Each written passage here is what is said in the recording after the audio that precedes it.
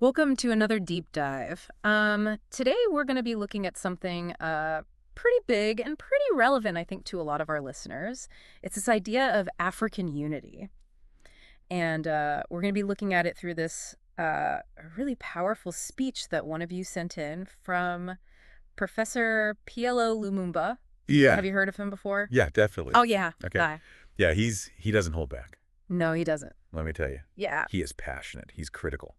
he's very passionate. And he really makes you think. Yeah, you know what really struck me when I was listening to the speech was just how much he connects this idea of unity, like with the everyday realities of people across the continent. Right. He's not talking about it in this like vague theoretical way. He's talking about the economy, he's talking about politics, he's even talking about, how people see themselves, like their own identity as Africans. Yeah, absolutely. Yeah. So I guess a good place to start would be like, what is his main argument? Yeah. Like, what is he saying?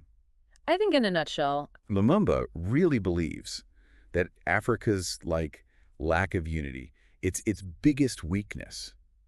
oh wow. Like its Achilles heel. It's what leaves the continent vulnerable to outside forces, and it's what's preventing Africa from reaching its full potential. Yeah. Almost like Correct. football team with amazing players who all refuse to play together. Yeah. Yeah. That's a good analogy. Right. So to understand this more, we need to go back in time. Yeah, definitely. Like to get to the root of this. Yeah. Lumumba takes us back to the Berlin Conference Oh, wow. of 1884, Okay. where European powers basically just carved up Africa Right. like a Thanksgiving turkey. Yeah. Paid no attention Right. to the people who actually lived there and had been living there for centuries. Yeah. I can see why he would start there. Right. It's hard to talk about unity when you don't understand the Exactly. continent was divided in the first place. Yeah. But what's interesting is that he doesn't stop there. No. He argues that even though most African countries, they, gained independence decades ago, Right. they're still dealing with the effects Oh, absolutely. of that division Yeah. today. Think about the terms Anglophone, Francophone, Lusophone. Right. These are terms that are still used to describe different parts of Africa based on the languages of their former colonizers. It's crazy. It's not just about language, though. Yeah. It's about how those colonial powers still kind of exert influence. Yeah. These subtle ways. Right. He even gave this example of Guy. a president going to their former colonizer to be like, hey, Yeah. can you fix our water supply? Right. Instead of working with their... Instead of asking the country next door, Yeah. a neighboring African country. It's wild. Yeah. It really makes you wonder if even the leaders are stuck in these old ways of thinking. Yeah. How do you shift the mindset of a whole continent? That's a big question. Yeah. And this is where I think it gets really interesting, because he doesn't just focus on the history and the politics. He talks about the real world consequences. The impacts of this disunity. Yeah. Yeah. So, for example, he compares the entire GDP of Benin Right. to Coca-Cola's advertising budget. I know. I think that's one of the most Vials. shocking things he said. Yeah. Like- But I think it really drives home his point Yeah. about the economic weakness. Yeah. If you have 54 small economies, Yeah. all trying to go it alone Yeah. and competing with each other instead of working together, Right. it's no wonder they struggle to compete on that global stage. Yeah. What do you think would happen if those economies were more integrated? If they were working together. Yeah. It is- Imagine how powerful Oh my God. Africa could be. Yeah. But instead, we see this cycle of dependence, right? Relying on aid and loans from No. often, those same former colonial powers. Yeah. And it goes beyond economics too. Yeah. He argues that this disunity also fuels political instability. Yeah. He points to places like Burundi, Right. South Sudan, Yeah. Ethiopia, Yeah. where ethnic tensions and conflicts continue to cause so much suffering. Yeah. It's really sad when you think about it. Yeah. All the lost potential. Yeah. Yeah. But Lumumba does offer some glimmers of hope. Yeah. There are There are some- positive examples. Yeah. He points to historical examples where African unity has actually led to positive outcomes. Right. Remember Kwame Nkrumah, Oh, yeah. Ghana's first president? Yeah. He was a huge advocate for Pan-Africanism, Yes. and he even signed a treaty with Congo and Mali. I know. That was back in 1961. Yeah. That's a pretty big move toward Yeah, it's a big step. the kind of unity that Lumumba is talking about. Yeah, he understood that real power comes from collective action. Yeah. Like that old saying, What is it? United we stand, divided we fall. But like on a continental scale. Right. I Uh, like that. Yeah. So Lumumba also highlights the frontline states' role in liberating Zimbabwe from white minority rule. Right. And so countries like Zambia and Tanzania, they made real sacrifices Yeah. to help their neighbors achieve freedom. Yeah, they understood that the fight for liberation, Right. it wasn't just about one country. Yeah. It was about the whole continent. The whole continent. Yeah. Yeah. And then there's also the successful push for independence in Mozambique and Angola. Right. Again, Yeah. emphasizing that when African nations come together, they can achieve incredible things. Yeah, it's not just some kind of pipe dream. Right. There's a track record of success to build on here. Yeah. So if there's been these moments of unity that have led to real change, why hasn't it happened on a larger scale? Yeah, that's a good question. Like, why is Africa still struggling with this legacy of division? I think that's where Lumumba gets really thought-provoking. Okay. He argues that one of the biggest obstacles isn't external. Oh. It's internal. Okay. He calls it the mental chains of colonialism. Oh, wow. Yeah. Like, what does he mean by that? So he uses this really powerful example, and he talks about educated Africans, who'd rather own a flat in England Okay. or send their kids to, like, British schools Right. than invest in their own continent. Oh, wow. It's like, even though the physical shackles of colonialism are gone, Right. there are these mental barriers Yeah. that are much harder to break. Yeah, and that's what we're going to dig into in the next part Yeah, stay tuned. of our deep dive. We'll unpack this idea of mental chains. Yeah. And look at some of the challenges and opportunities Yeah. of achieving true unity. Awesome. I'm excited to keep going with this. Me too. Okay. This is really fascinating stuff. Yeah, I agree. So we're back, and we're continuing this deep dive into Professor Lumumba's ideas on African unity. Mm-hmm. And last time we were talking about this idea of these, like, mental chains Yeah. holding back the continent, Yeah, it's like these invisible barriers. preventing real progress. Yeah. And Lumumba, he really emphasized the economic side of this. Yeah. He was pointing out how these 54, like, fragmented economies, Right. each with its own currency and very limited trade with their neighbors, are really struggling to compete globally. Right. And he used that powerful analogy, Oh, yeah. comparing Benin's entire GDP to Coca-Cola's advertising budget. I know. It really makes you think, doesn't it? Yeah, it does. What if those 54 countries could function as a single integrated market? Right? The economic potential is huge. It's massive. Yeah. Yeah, and you know who benefits from this disunity? Yeah. Often those same former colonial powers that Lumumba calls out. Right. He uses the term neocolonialism Yeah. to describe how these countries continue to exert influence even after independence. Right. It's like that old saying, divide and conquer. Yeah. If African nations are constantly competing with each other for resources, for investment, for attention, it's harder for them to stand up to that outside pressure. Right. He even said something like, some African leaders are more comfortable taking orders from their former colonial masters than working with their African counterparts. Yeah. It's a harsh critique, Yeah.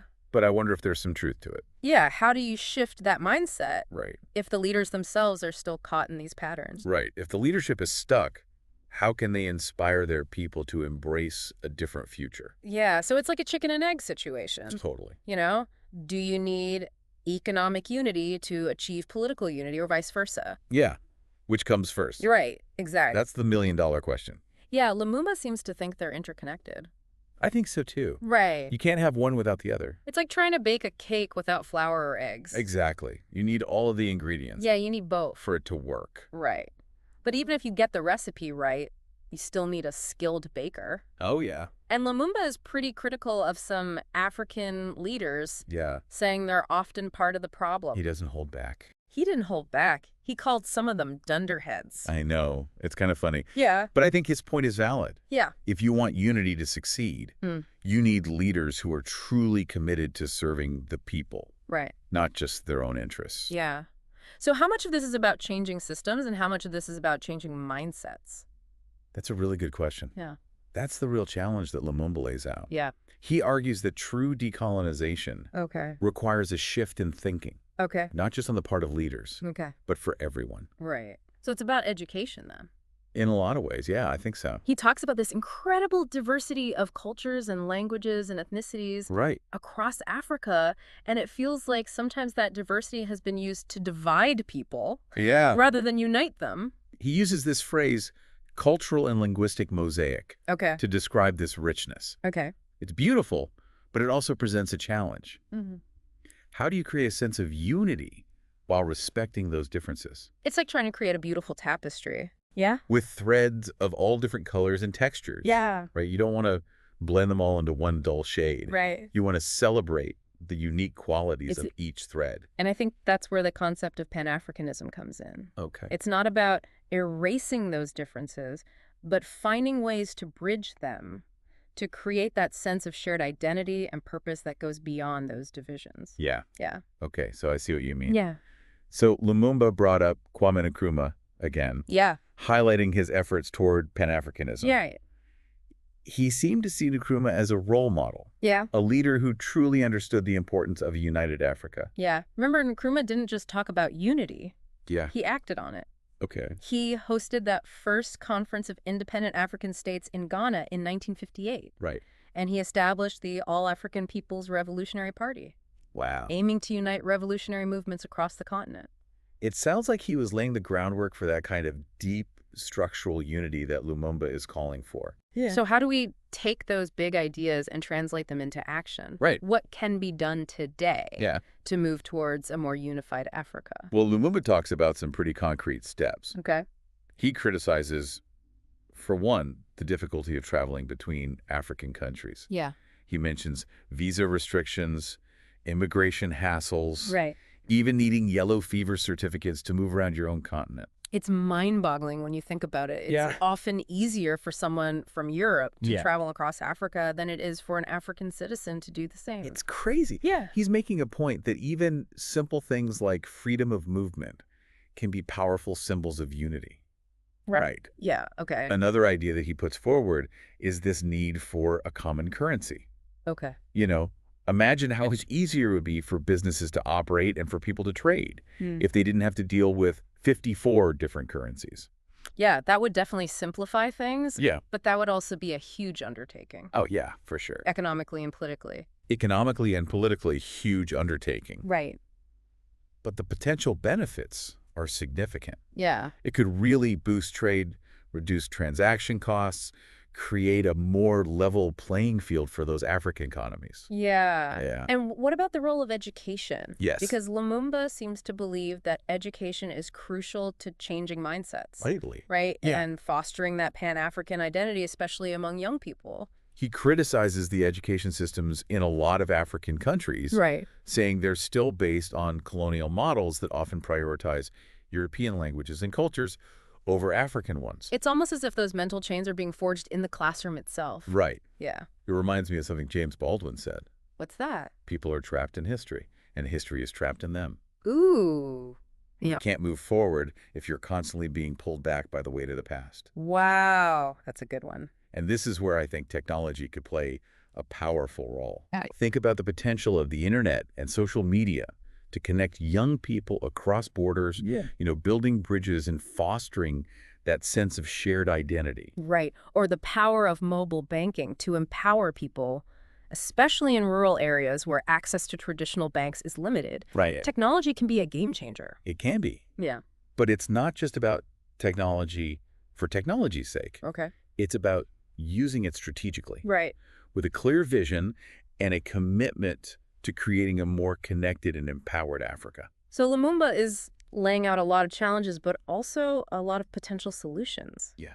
It's a pretty ambitious vision. It is. Is it realistic? That's the question. Can Africa actually overcome these deep-seated divisions and achieve this kind of unity? Well, that's what we're going to be talking about in the final part of our deep dive. Okay. We're going to explore what a truly unified Africa might look like, Yeah. the obstacles that still stand in the way, Right. and ultimately what we can all learn from Professor Lumumba's really powerful message. Awesome. I can't wait.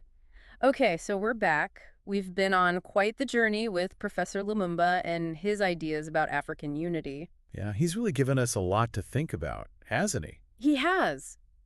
A continent with so much potential, but held back by all these challenges, you know? Yeah, and he's really pushed us to think about it critically, hasn't he? Yeah. The historical context, the economic realities, Yeah. even the psychological barriers. Yeah. Like he said, it's not just about changing laws or borders, it's about changing mindsets. And he's not afraid to, like, call people out. No, he's not. But no, He's very direct. he is critical of some African leaders. Yeah, the ones that are prioritizing personal gain over the collective good. Yeah, remember when he called some of them dunderheads? Oh, yeah. I mean, that was harsh. It was a little harsh. But also kind of a wake-up call. Yeah, I think he was saying that real change requires a different kind of leadership. Right. One that's truly committed to serving the people and putting the interests of the continent first. Yeah, but he also acknowledged that leadership isn't the only factor. He talked about the legacy of colonialism. Yeah. And how it continues to impact the way Africa is seen, even the way Africans see themselves. I think that phrase he used, mental chains of colonialism, is so powerful. Yeah. It really highlights this ongoing struggle to decolonize minds Yeah. and reclaim a sense of agency. Yeah. It's not enough to just gain political independence. Right. You have to break free from those mental patterns of dependence. He gave that example of educated Africans who would rather own a flat in England Right. or send their kids to British schools than invest in their own continent. Yeah. It makes you think, doesn't it? Yeah, it does. It's Yeah. like, wow, that's a really stark reminder of how deep those colonial mindsets run. But he offers hope, too. Yeah. He points to those historical moments where African nations have come together and achieved incredible things. Yeah, like the liberation struggles. Exactly. Zimbabwe, Mozambique, Angola. Hard-fought victories. Yes, won through collective action and solidarity. Right. And he even mentioned Kwame Nkrumah and his vision for Pan-Africanism. He sees those past successes as a blueprint for the future. Yeah. He's saying, we've done it before, we can do it again. Okay, so how do we do it again? How do we move beyond those isolated instances of unity and create something more lasting? Right, something more transformative. Yeah. Well, he throws out some pretty bold ideas. Okay, like what? Free movement of goods and services across the continent, a common currency, Wow. even a complete overhaul of the education system to decolonize the curriculum. That's a big one. It is. It's huge. Empowering young people with that sense of African identity. Okay. He also talked about the need to strengthen African institutions, Okay. make them more accountable to the people they're supposed to serve. Yeah. It's about shifting power from the top down to a more grassroots, people-centered approach. Okay, I like that. And technology, too. Yes, technology. He talked about that. Yeah, he acknowledged the potential to connect people, Yeah. facilitate trade, empower communities. Yeah. But he also emphasizes that technology is just a tool. Right. It's how you use it that matters. Right. So Lumumba has laid out this ambitious vision, a unified Africa, economically powerful, politically stable, and culturally vibrant. It is ambitious. It's inspiring, but it also feels daunting. And I think that's the point. Okay. He's not offering easy answers or quick fixes. Yeah. He's challenging us to think bigger. Okay. Imagine a different future and work together to make it a reality. So what does all this mean for you listening to this deep dive? Yeah. Lumumba's message is both a call to action and an invitation to think differently. Yeah. It's a challenge to confront uncomfortable truths about the past, to examine our own biases, Right. and to believe in the power of collective action. He's asking us to engage with Africa not as a place of pity or charity, but as a partner in progress. I like that. A continent full of talent, innovation, and a fierce determination to chart its own course. Yeah, the story of Africa is still being written, and we all have a role to play in shaping that narrative. It's time to move beyond those simplistic explanations. Yeah. The tired tropes and the colonial gaze that has distorted our understanding for far too long.